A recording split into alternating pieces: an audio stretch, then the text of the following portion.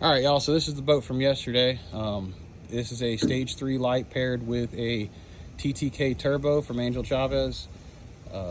Intake temps with the air to water intercooler stayed really stable at about 160, 165.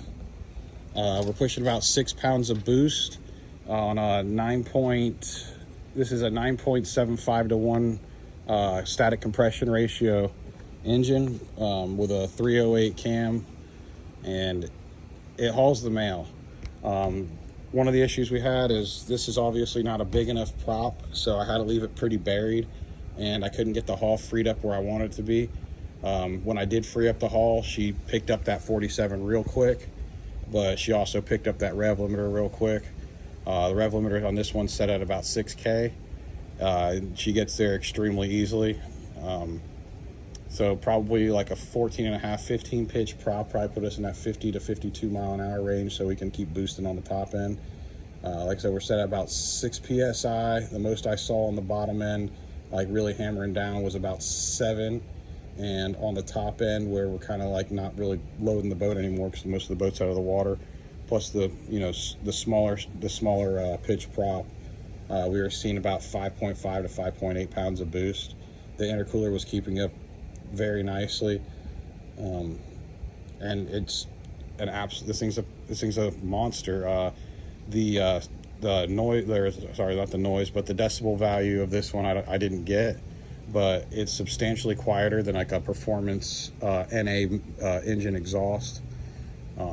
That's gonna happen because it's got a can and it's got a turbo that it's got to go through, so it's like having it's being double muffled. Even at 6,000 RPMs, it's not like my ears were ringing or anything like that after running it.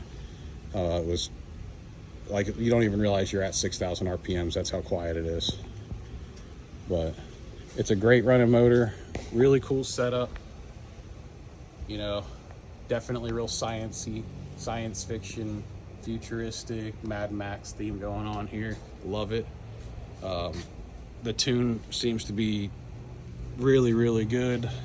The exhaust temps aren't getting super hot where it's like, really flashing over that stainless. It's just bluing it out like like stainless should be. So we're not having like incredibly hot exhaust temps. You can even see it in the turbo.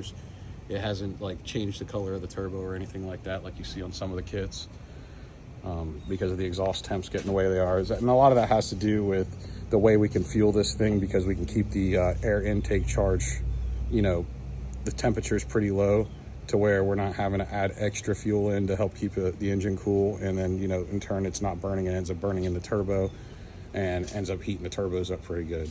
So we got none of those problems going on with this. I didn't have any blow by or anything. Now that's also at 6,000 RPMs at 7 PSI. I'm sure if we turned it up to like 10 or 12 and then let this thing sing, we'd start seeing some oil vapor atomization coming out of the crankcase breather hose.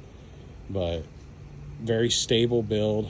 I anticipate this thing living for a pretty decently long time, as long as oil's properly checked, maintenance is properly done, and the fuel is properly mixed with the octane booster. I foresee this thing living for a pretty good long time.